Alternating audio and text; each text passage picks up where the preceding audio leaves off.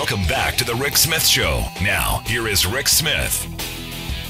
So for the last couple of days, been promoting the clip of Joe Biden saying, look, you vote for a union if you want to. Don't let the employers talk you out of it. Don't let them harass and intimidate you. And I'll tell you, that was, in my lifetime, as I said yesterday, the most important statement a president has said to a working person in my lifetime.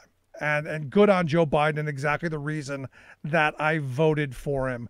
Now it's going to be interesting to see if that causes a spark, that people finally go, hey, maybe it's okay. Maybe we don't have to hide. Maybe we don't have to be afraid. Maybe we can now come out and say, yes, we demand better treatment. And the question is organized labor back? Are they coming back? And here to share some thoughts on that, I've asked Timothy Noah to come talk with us. Timothy's a columnist for the New Republic. He's got a piece out, oddly enough, titled, Is Organized Labor Coming Back? Timothy, thanks for taking time for us. Thanks for having me. So I guess that is the big question with this announcement by Joe Biden. And let's start with that first. What were your thoughts when you saw Biden, you saw that clip? I was stunned. I was absolutely stunned. I shouldn't have been, because he ran a very pro-union campaign. The Economic Policy Institute actually put together a very interesting video. I don't know if you've seen it, where they put together a bunch of things that Biden said on the campaign trail about unions. And it was really remarkable. Yeah, but here's the thing, Timothy. I remember 2008. Barack Obama did the exact same thing. You know, Barack Obama said we were going to get something better than the Employee Free Choice Act. He was going to be the most pro-union president ever. And my favorite line, I'm going to put comfortable shoes on and walk picket lines. None of that stuff happened. So, you know, a lot of the campaign rhetoric, I was going, it's campaign rhetoric. The fact that on day one, by 5 o'clock, he changed the complexion of the NLRB, and here we are a little over a month down the road. He makes this statement, why I voted for him. Right. He fired the general counsel at the NLRB, who was very anti-union, and he gave this statement about the Amazon organizing drive in Bessemer, Alabama. He didn't exactly say you should vote in the union, but I think everybody pretty much got the message. He all but said it. He doesn't want to formally intervene, and he emphasized, you know, it's not up to me, but it sure as hell isn't up to your bosses. It's up to you.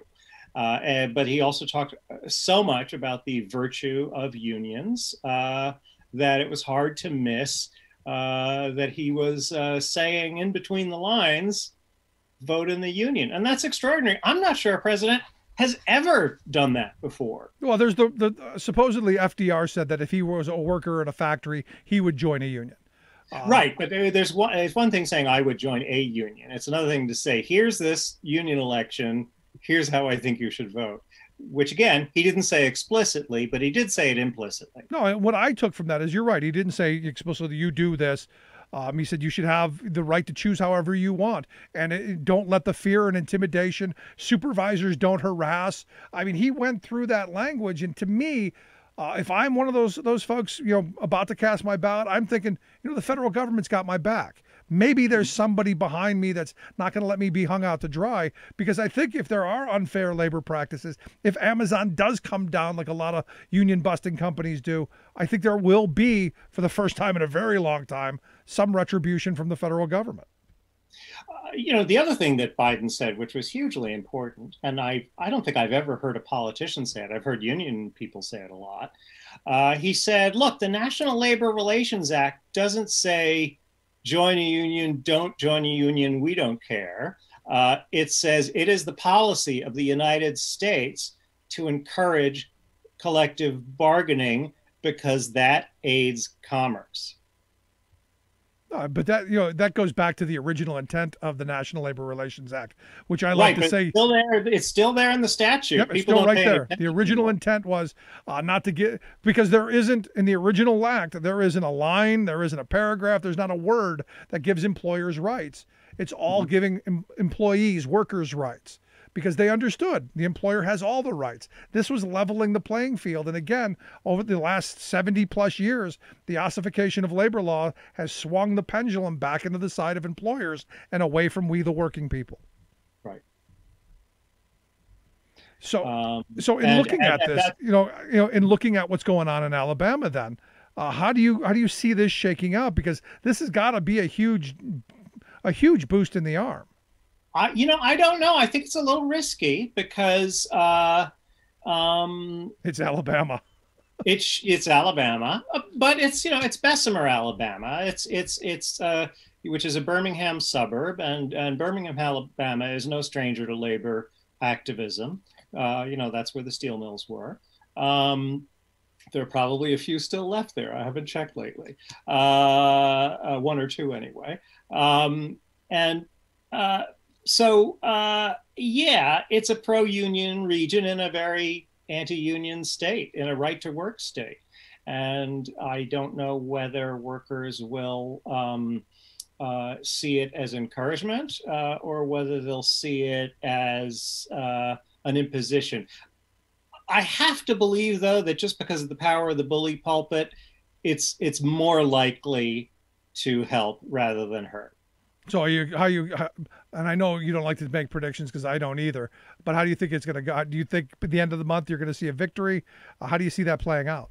I really don't know, but I will say this. If it is a victory, it'll be a huge victory, personal victory for Biden, because certainly going in, all the betting was this is probably going to lose. And just because, past experience. No, I mean, that was my thought from the beginning. I'm going, why would you choose, Bessemer, Alabama to make this big play, especially with a union as small as the retail workers? And I know they're backed by UFCW, but it seemed like they were setting themselves up for a loss. And I know you got to fight. Amazon was uniquely stupid in this fight by trying to bar mail-in voting. That's gotta have boomeranged on them, don't you think? Absolutely. No, I mean, Amazon has done everything wrong in this. All of the harassment that I'm reading about, you can't even go to the bathroom without being assaulted by some kind of propaganda. They're doing the captive audience meetings. They're doing all the things that right out of the Union Buster playbook. That I got to tell you, if it's me, I'm repelling against, and I'm going to vote against you just because you put me through all that. And the mail-in ballot. I mean, we're in the middle of a deadly pandemic. Are you really, and you're trying to persuade me that you're a benevolent employer and therefore I don't need a union, but you're insisting that I show up at this special polling place to cast my ballot when I should be spending as little time as possible on the premises, given the pandemic. Yeah, it's crazy. But like you said, if this is a victory, it's going to be a huge one. Probably on the scale of GM from the old days, because this is the biggest employer. This is the nut to crack right now, because Amazon is right now at the point. And I keep telling my Teamster buddies, better figure out how to organize their drivers, because eventually we're going to end up with a gig economy driver system that's going to put UPS out of business. And I think folks are taking it seriously. I think it's the most sort of politically significant union organizing vote since the vote in where was it? Was it in Georgia? The Volkswagen Tennessee in 2013, where politicians got involved in that one too, but they got involved on the pro-management side because these Republicans were terrified at the thought that the UAW would gain a foothold in their state. This is, again, one of these moments where I'm glad to see it. Now, your piece on, and I thought it was fantastic, is organized labor coming back. You kind of took some swipes at the minimum wage increases that I've been arguing for a long time. Labor spends a lot of time saying we need to raise the minimum wage, as I keep saying we need to organize more people so that they do better than the minimum wage. Because you go through the kind of the history of it a little bit that I thought was important. Well, I think look, I think raising the minimum wage is incredibly important. But what struck me I went back and looked at the votes, the House votes on the minimum wage, and also on the Jobs Act, which is this labor rights bill. very important labor rights bill that Biden has endorsed. And there were actually more Republican votes for the labor rights bill in the House than for raising the minimum wage. Not a lot more, but a couple more. And that Right. surprised me because raising the minimum wage, over the last 70 years, it's become harder in the last 10, 15 years, but it hasn't been that big a deal. It's a very popular thing to do, and so the minimum wage has been raised a lot. Meanwhile, over that same period, organized labor has desperately been trying to get a labor rights bill passed ever since the 1947 Taft-Hartley Act, which rolled back labor rights, and I think was the biggest contributor to the decline of unions in the U.S. Relative to other nations. And well, more importantly, the decline of the middle class. I mean, really the death Right. of a prosperous working class. It's the same, yeah. They're the same thing as far as I'm concerned.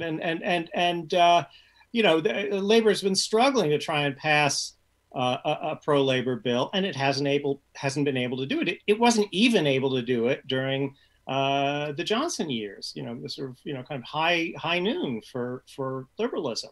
But now, I think there is some hope that the PRO Act will pass. I don't think it's going to pass, tomorrow, but I think we'll probably see it pass in the next 2 or 3 years. Wow, from your lips, we desperately need this, and I tell my Republican friends, the reality is you should be in favor of this. This is the meritocracy that you want. This is getting big government out of your lives. This is all of those things that you claim you want. This is workers, creating wealth, sharing in the wealth that they create. It's local bargaining, so you don't have some big overarching government telling you have to. This is what Republicans should be in favor of. I absolutely agree. It always has mystified me that conservatives, anti-government conservatives, resist labor unions when they are an alternative to government regulation.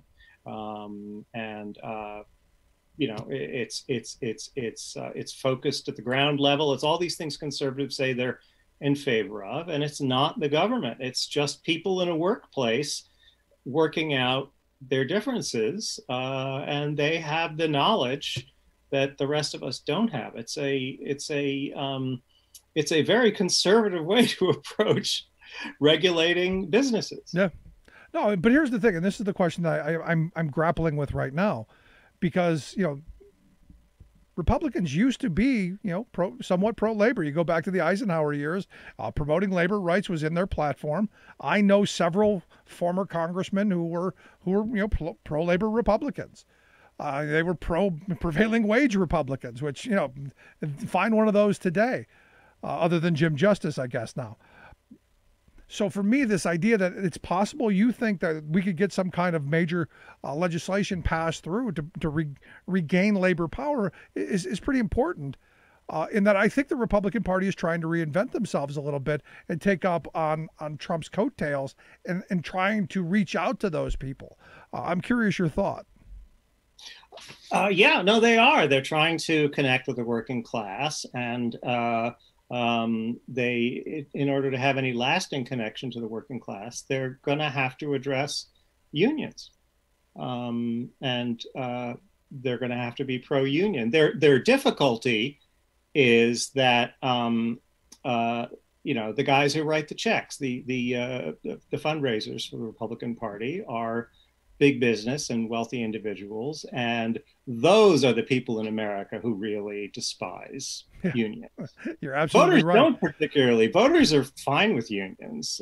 Polls always suggest. In fact, that they're kind of, I think, a majority, even of Republicans at this point. Republican voters support unions, but the money guys just loathe and despise unions. Yeah, because I got friends who say, "Well, the unions all give money to Democrats." I'm going, yeah, because they don't have an option. The Republicans are trying to destroy them.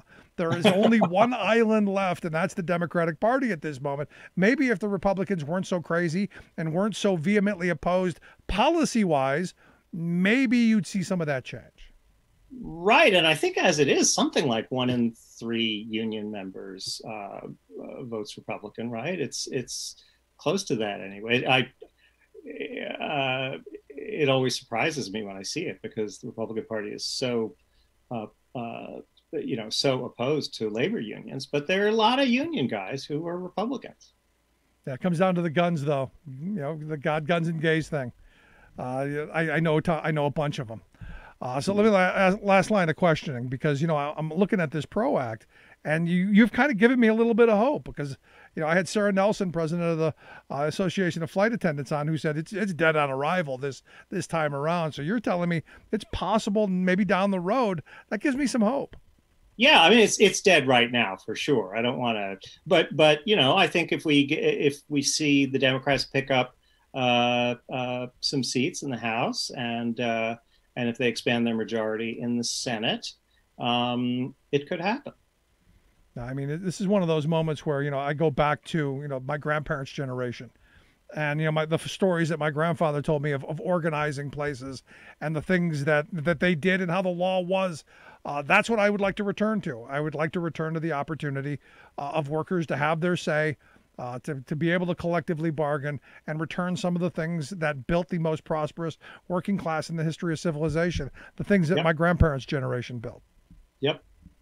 And we do that by giving people the ability to not have to go through what those workers in Alabama are going through. How long is this? How many months has this now been of constant attacks, of constant being berated? Like I said, can't even go to the bathroom without being assaulted by propaganda. Well, one thing that's interesting about this group in Alabama is it's a relatively new plant, I think. So these are relatively new workers. They move towards unionization really quickly. As all workers should. Look, I mean, this pandemic should have awakened a lot of us to the fact that evidently the employers don't care because we didn't get the PPE. In fact, the place in Iowa, they were betting on how many people would get sick. Right. It's crazy. But I hope you're right. You've given me hope, and I appreciate that. Make sure you check out Timothy Noah's work. The latest piece is Organized Labor Coming Back. We'll get links out. Also, make sure you check out his book, The Great Divergence, America's Growing Inequality Crisis and What We Can Do About It. We'll get links out for that. Timothy, I appreciate the time. Love to have you back again sometime real soon. Thanks so much. Good stuff. Let's take a quick break. Right back. Stick around. You're listening to The Rick Smith Show. Remembering that united we bargain, divided we beg. Rick Smith.